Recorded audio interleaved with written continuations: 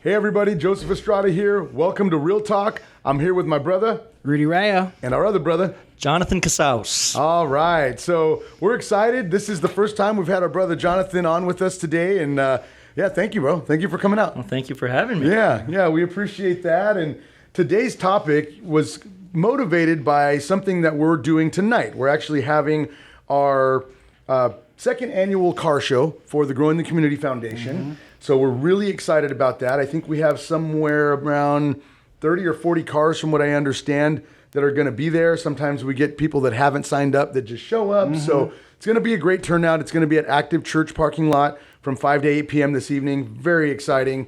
And that motivation kind of led us to this, the topic of the car culture, how cars impact society and people. And, when our man behind the cam, Mr. Cody Crawford, came up with that idea, my man was like, well, I don't know a lot about cars. And we're like, not really car people. No, but we do know a lot about people. And we do know a lot about how people react to certain things in life. Yeah. Right? Yeah. So I brought it up instantly. I said, man, we and I would say this group especially, we have servants' hearts. We love to serve. We love to impact, iron sharpens iron, and we love to encourage people.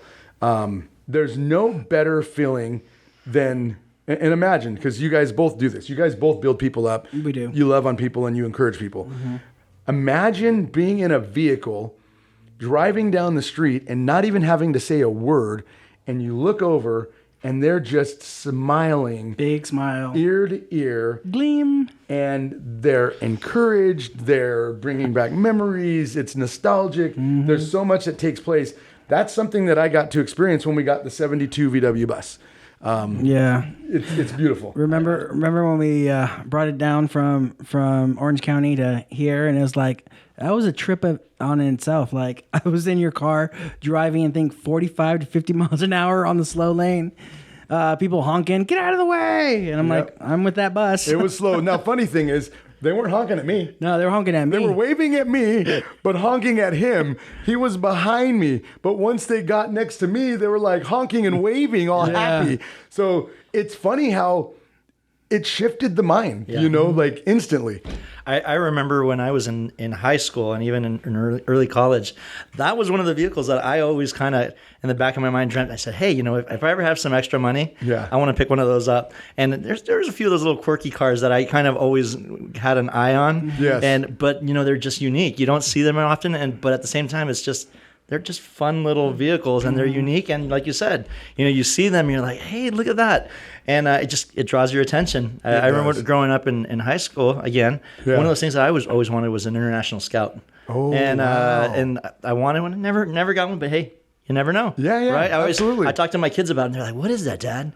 And I'll show them a picture, like, hey, that's a cool car. Yeah. So it's like one of those things that later on, you never know. Right? Exactly. Yeah. And now you've given them something to be like, ooh, that's kind of neat. And you've got their mind thinking, because a lot of times people think cool car, they think the new Mustang or the new Corvette, and those are cool cars, but man, oh man, does it do something to you when you see a classic. Oh yeah. And imagine the old timers that grew up with them when they were kids or, adults, their first cars, seeing that, it brings back so much joy, it really does. Yeah, like when I was a kid, my dad had his car here was a 1965 Chevy Impala. And so when I was 19 or 20, because he didn't have a license here, he gifted me that car. Wow. So he gifted the car. Wasn't Pretty cool gift. Wasn't the perfect, it was amazing because I love that car, but it needed work. It was, he was constantly, tweaking at it and trying to get it to run and whatnot. And he didn't do the work himself. He always hired somebody because he didn't know about cars. He's like, I wish I knew about cars.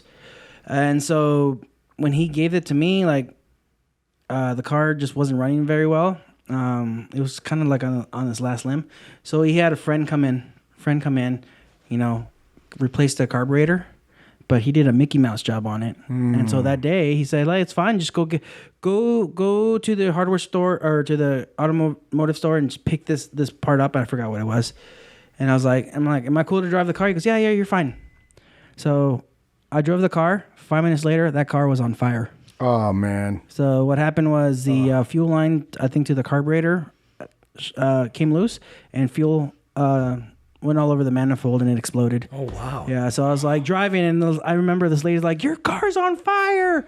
So I pull over. He's like, thanks, I love it too. So I pull it over, and check this out. My dad's little car had a small steering wheel like this. Oh, so I had a little one. yeah, and I yeah. was like, this thing is easy to drive with this little thing. Yeah. And so I started thinking about handcuffs and stuff. But no, but I was like, this is actually pretty cool. My friends were all jealous and whatnot. But when it was on fire, like I pulled it over, and the fire department was down the street, and they literally tore open the car and yeah. So that car never ran after that. Dang it. Yeah. That's rough. Yeah. And go ahead, John. I Yeah. was just going to say that reminds me of a story with my dad, because my first car was a Mitsubishi Montero, a 1990 Mitsubishi Montero. Nice. It's famous with all my friends back in high school because Yeah. we used to take it off roading out in the hills after it would rain, Right on. and we would just take it through all the mud puddles and just come out like completely covered. So it was all my friends kind of knew the Mitsubishi Montero. Yeah. But It was a tough car, apparently. Yeah. Well, and the thing is too is when there was those fires up in the hills in the North Bench about 2 years ago. Yeah. That was its final hurrah. It actually burned up in that fire. So the shell is still there, but I kind of leave it there as a memoir of those days. But I remember my dad one time was with me helping me switch out some brakes on that, and it was my first time doing brakes on a car, and so I don't know very much about cars, but so I was learning as I went. But at the end of it, my dad went off to do other stuff, and I kept working on the car, and I finished up the brakes, and I was trying to put the tire on just to kind of finish it up, and I just had to tighten up the lug nuts. Other than that, I was done. But at that point, my dad walked out when I was about to tighten up the lug nuts, and he knew that I was ready to head out to do something else. And he's like, "You know what? Don't worry about it. I'll finish it up for you." I was like, "Oh, thanks, Dad." And so I jumped in another car and went off to do that, and came back later that evening, and my dad said, "Yeah, it's all done for you." So the next day, I got up early and I headed off to church, and I'm driving down the street. And all of a sudden, I see a tire pass me by, bouncing in the road. No. And then I realized that's my tire. Man. And, what the heck, bro? My car just completely slammed into the ground, and then I just kind of veered off to the side, and I got off. I was like, what's going on? And I hiked out into the hills and found my tire and drug it back over. And about 10 minutes later, my dad's driving down the street, and he just sees me. He's like, he stopped, and he's like, I forgot to tighten the lug nuts. Oh, man. Yeah, so it looks like our dads here have something where they're trying to get rid of us or something. So, but yeah, that story, it always stays with me. They threw you to the wolves on that one. Yeah. But you both survived, and you're stronger for it.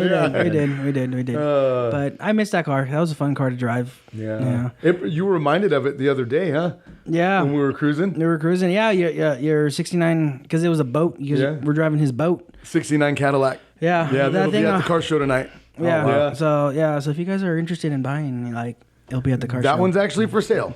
69 Cadillac. But the size of it is just reminded me the old school speedometer that takes the entire thing. Yeah. I was like, this reminds me of my dad's car. Yeah. So it does. It brings back memories. Yeah. It's nostalgic. It's fun. It's encouraging. But even beyond that. I think we got a guest, guys. I think we got a guest, Miss Maritza Acosta. Hola. Thank you, young lady, for the best Cuban coffee you will ever have on the planet. It's so our Cuban delicious. sister knows how to bring it. She's not only a blessing in the coffee pot, but also in our lives. Had a great Bible study the other day together. All kinds of good things happen around here with sister. Hey, love you and thank you. Blessings. Blessings, yes, ma'am. Now give it up to Cuba. So, it's funny because you hear car culture, and there's a movie I think about when Cody came up with that. I'm like, there's a movie I think about. Can you guys tell me the movie? Let me guess, Boulevard Nights? No. Fast and the Furious. Oh, yeah. There it is, my man. That's crazy. Fast and the Furious. I think they're on number 27 now. Yeah. I think so. But so there was always a car culture. Growing up, I had a 71 Pontiac Firebird, hung out with other guys that had old school cars. And, the guys that had the lower trucks hung out, they grouped together, in clubs, if you would. And then that movie came out, and the culture just exploded, man, exploded. It exploded, and people, became all about it, and wanted to drive fast and furious and all that, which I thought was it's funny, but it's cool. I mean, at the same time, like it created something for the old school cars that people can be a part of and enjoy. But that I don't know, it just comes to my mind because of car culture. But moving on from that, what was it like when you guys got your first car? Do you guys remember your first car? Well, I got a lot of firsts when it comes to cars, but the first car I learned how to drive in was in 1987 Fifth Avenue, Chrysler Fifth Avenue. Ooh. It was my grandpa's car. Nice. He taught me how to kind of pimping right so there. So he had a nice pimped out car, and then he ended up selling it. And then like later on, like when I was learning to drive, like I was making up because I didn't get my license till I was 19. So I was a late bloomer, but I was working at 18, and I actually ended up buying another 87 Fifth Avenue because of Grandpa. So we shared that car, and I learned how to drive in that thing. And then I remember driving. I ended up buying another car because, like, now that we were two drivers. Another car that I bought was an 87. For some reason, 87 was the year. 87 Lincoln Town Car. Oh, those were nice. That was a boat. They were boats. I remember those. And that thing had an engine, and I only had it for 6 days, because after the 6th day, me and Grandpa had a car accident. Somebody rear-ended us. Yeah, so I ended up getting some money in there, and that's how I bought musical equipment and started learning to play the bass. Nice. And it's because of money from that accident. So the car brought you into music? Yeah. Okay. Yeah, I like it. I like it. What about yours, Jonathan? What was your first car? You know what? It was that Mitsubishi Montero. It was that Mitsubishi, but that was actually an automatic, and then we actually had a stick shift in the family too. And I don't even remember what model it was or anything like that, but I know we had a stick shift, so it was kind of like I would switch back and forth between the two. Nice. I mean, I remember I ran the Montero into a boulder one time. Oh, not directly head on, Yeah. but like I was going through a field and I didn't realize there was a boulder underneath, and I kind of drove over it, and I kind of got stuck on the pan underneath. No. So that was one of my experiences with that. But later on, I switched over to try to learn stick. Okay. And I remember we would just, other than just driving through fields, we would either go park it on a hill. Yeah. We'd kind of park it about halfway up, and then we'd just kind of release the parking brake and then just try to see if we could get it engaged into first and drive it up the hill. Or sometimes we go over to the high school and we just park in the parking lot and just kind of drive in circles. And that's kind of how I kind of learned. And usually my dad would try to teach me, but he wasn't kind of all that patient with me during that time. So who actually helped me mostly was my sister. Oh, Yvette. My sister Yvette. She actually learned stick before me. And so we would go park in the parking lot, and then she would sit in the passenger side, and I'd try to learn stick. And then so she'd sit there and jar back and forth while I was trying to learn. Oh, that's cool. Yeah, a lot of gears my dad grinding. was a little bit more. That's a great sister. Yeah, she is. But good story. That is cool. So my first car that I had was the 71 Pontiac Firebird, which I loved. The first car that I learned to drive was my buddy Justin Baker's. It was a Mazda stick shift Mazda pickup truck. I don't remember the year, but it was a little red extended bed single cab Mazda pickup truck. And I was 14 years old. He was a couple years older than me, so he'd always let me take his truck. Hey, I got to go to the store if we're hanging out. Okay, go ahead. And so that's the first car I learned to drive. But my first vehicle was the Pontiac Firebird, and man, I loved it. I really did. I loved the Firebird. You mentioned something, and I did too, like stick. Nowadays, I know how to drive stick. Joey does, Valine, my whole family, all the kids do because we teach them. I don't remember the percentage, but I looked it up, and it's something ridiculous. Most people don't know how to drive stick anymore. Mm-hmm. They just do not. Like if they're stuck and stranded, I don't know how to drive this. They're not going to know how to get away or go help somebody or whatever the case. So I find that funny. It was a lot more common, back when we were a little bit younger, I should say, to actually have and to learn on a stick shift. I actually took my DMV driver's test, and my mom's 92 Toyota Corolla stick shift, 4-cylinder. I took my driving test in that thing, and I passed with stick shift, which now people would not even consider taking a driving test in a stick shift, but that's how most of us learned back then. Mm-hmm. Yeah, that's right. Yeah, I didn't have the privilege of knowing somebody that drove stick, so I never learned how to drive stick. Oh, my man, Mr. Right. Okay. I'll go get my sister. There you go. We got a vet. She's got your back, man. Yeah. She's very patient. Jonathan can attest to that. Yeah. But so that was my first car. I loved it, and I have to say I crashed it. For a 16-year-old young man to have a built 350 with centerline rims and fat tires on the rear end, and those of you that know me, you guys know me. I was a knucklehead 16-year-old young man. I think we all are at 16. There you go. Thank you, Jonathan. I think we all are. And you were just proving that point with your debacle and your fun stuff out in the fields and everything else. So we all did the same. And I was racing a friend from a pizza place one night. We're like going home. He's like, hey, let's race. I'm like, oh, I got you, bro. He was in a Buick Skylark. I'm like, I'm in a freaking Pontiac Firebird with center lines, built 350, brother. You ain't have a chance.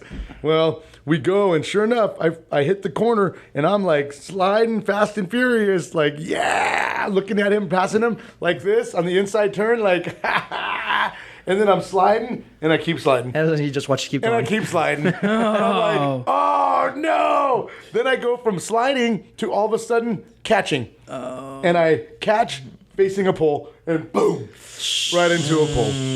Yeah, so that was a rough day. Actually got out, freaked out. I'm like, oh, my gosh, my mom's going to kill me. You know, you always think that. Mom's going to kill me. And I'm like, we got to get out of here, bro. We got to get out of here. I said, I'm going to pull the car out. You push me with your Buick up the street because we weren't far from my house. So he literally pushed me, and I drove all the way up and parked it. And I know, I'm going to tell you the truth. And my mom knows this now.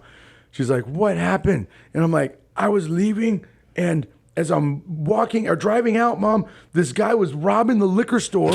And he ran out and jumped in front of me, and he flew over my car and ended up throwing a beer bottle at me, and I ended up crashing into the wall or into the pole, and oh my gosh, it was so crazy. And my stepdad, my dad, Chris, he's my dad. Dad says, you believe this? That's BS. There's no way all that happened. There's no way all that happened. He was carrying a beer bottle while he was robbing the liquor store. And then that's why I smelled like beer, by the way.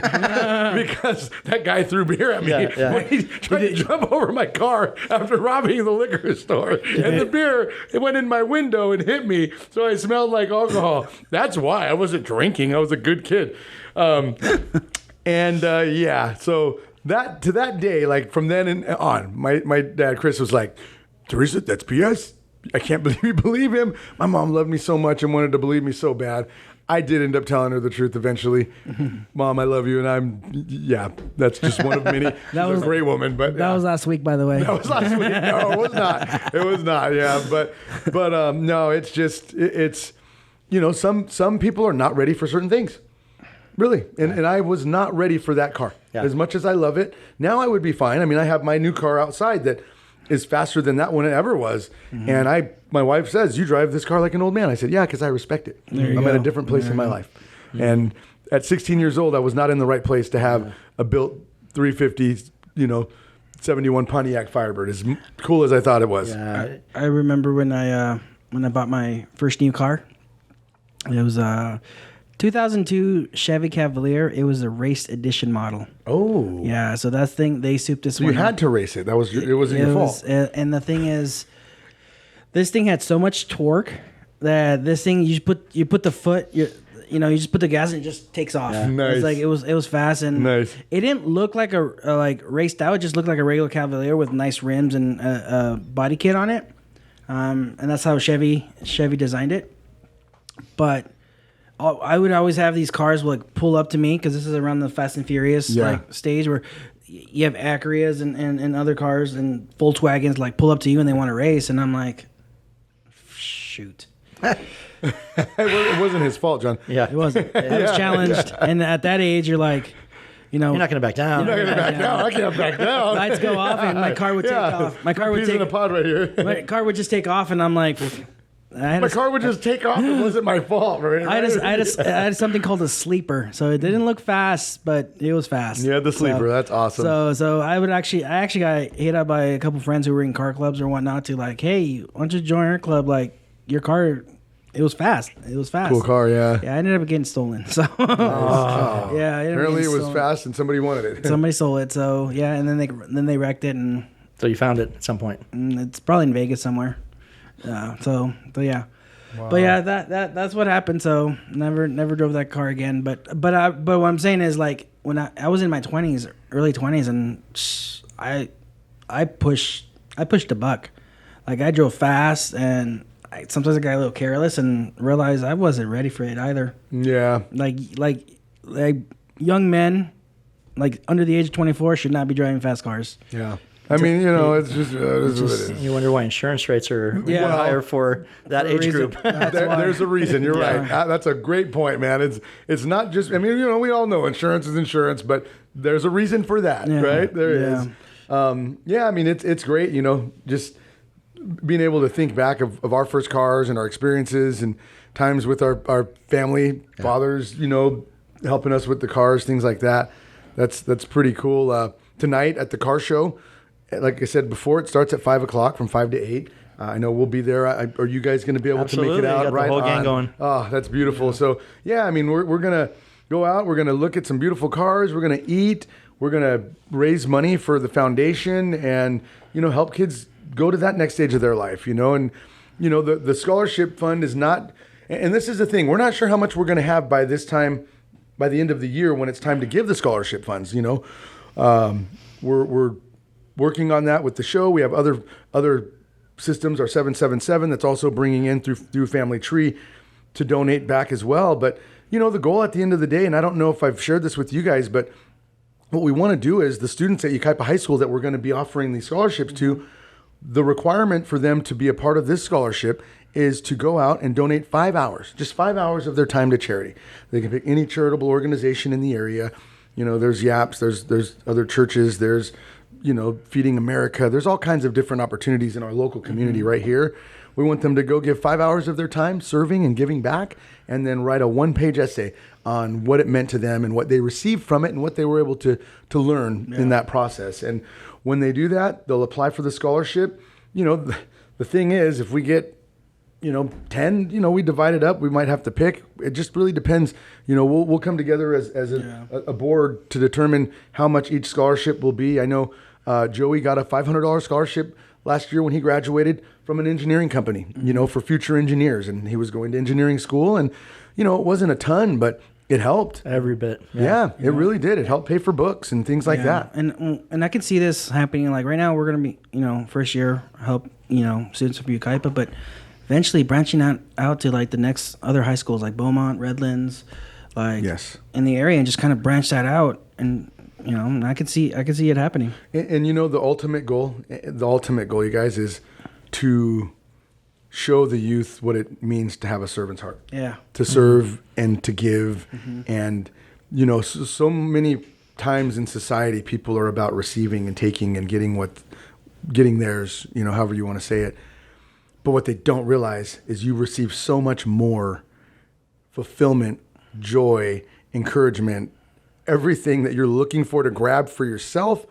You get it all and then some when you actually go out and you serve and you do for others. Absolutely. And that's the cool part, that they get a chance to do that instead of just receiving, which, I mean, it's amazing just having somebody bless you like that and say, wow, somebody's helping me out with this. And that's not something you forget. Yeah. But when you couple that with being able to say, I'm going to, and also turn around and help somebody else in some way, then that kind of solidifies that and say, hey, I was able to help this person too. Yeah. This person helped me. I helped this person. You just keep that going. Yeah, and it's a beautiful thing. So when we're doing the Tony Robbins training, and that Master Co came in, he talked about giving and receiving. Yeah. He equated to like breathing in, breathing out, breathing. Giving and receiving should be the breathing in and breathing out, and I thought that was beautiful. Yeah, no, it really is. It really is. I mean, you want to. We know why we're here, and it's not for our own sakes. We are here to impact, change, and encourage others. I more recently, I was telling somebody earlier. I was telling my pool guy, actually. He was at the house, going a little off topic of cars. But before we part ways, I want to share this. His name's Joseph. I never met Joseph. Came with my pool guy James. James does it, and Joseph works with him, and we're talking and. We talked about what were we talking about? We were talking about, I mentioned why we're here. He's like, man, and it was really cool. He's like, well, I'm here to serve, man. I'm here to serve. I was like, hey, man, bro. I said, that's what I'm talking about. I said, and it's so awesome that, God puts the right people together so that we can be strong and iron can sharpen iron and we can encourage each other. And I said, recently I was at a place where I was like, Lord, what do you want me to do? Am I here? Should I sell everything and go into ministry, get in the mission field and boom, boom, boom. And then, pastor preached a message at our church and he was talking about we're all in ministry wherever we're at. We don't have to be on the pulpit. I don't have to be in Africa on the mission field. I don't have to, right where I'm at. And there's a scripture and I don't remember what verse it is, Jonathan, you might. The harvest is plentiful and the laborers are few. The harvest is plentiful and the laborers are few. And when I heard that, it became clear. And that was in that message, Pastor was utilizing that scripture. And I realized I'm right where I'm supposed to be. Mm-hmm. We are all right where we're supposed to be. We're here. The harvest is plentiful and the laborers are few. I'm here to labor. I'm here to labor for my Father and to love and encourage and build. And, what we're doing with this scholarship is really just part of that. Really teaching others how to do the same thing and, let them see what they receive from giving versus just taking. Yeah. So it's a beautiful thing. God is good, baby. On that note, we have a car show to prepare, guys. We do have a car show to prepare for. It's Friday. That was Real Talk with my brother Jonathan, my brother Rudy, and Mr. Joe. We love you guys. We'll see you next week. Love you guys. Have a great one.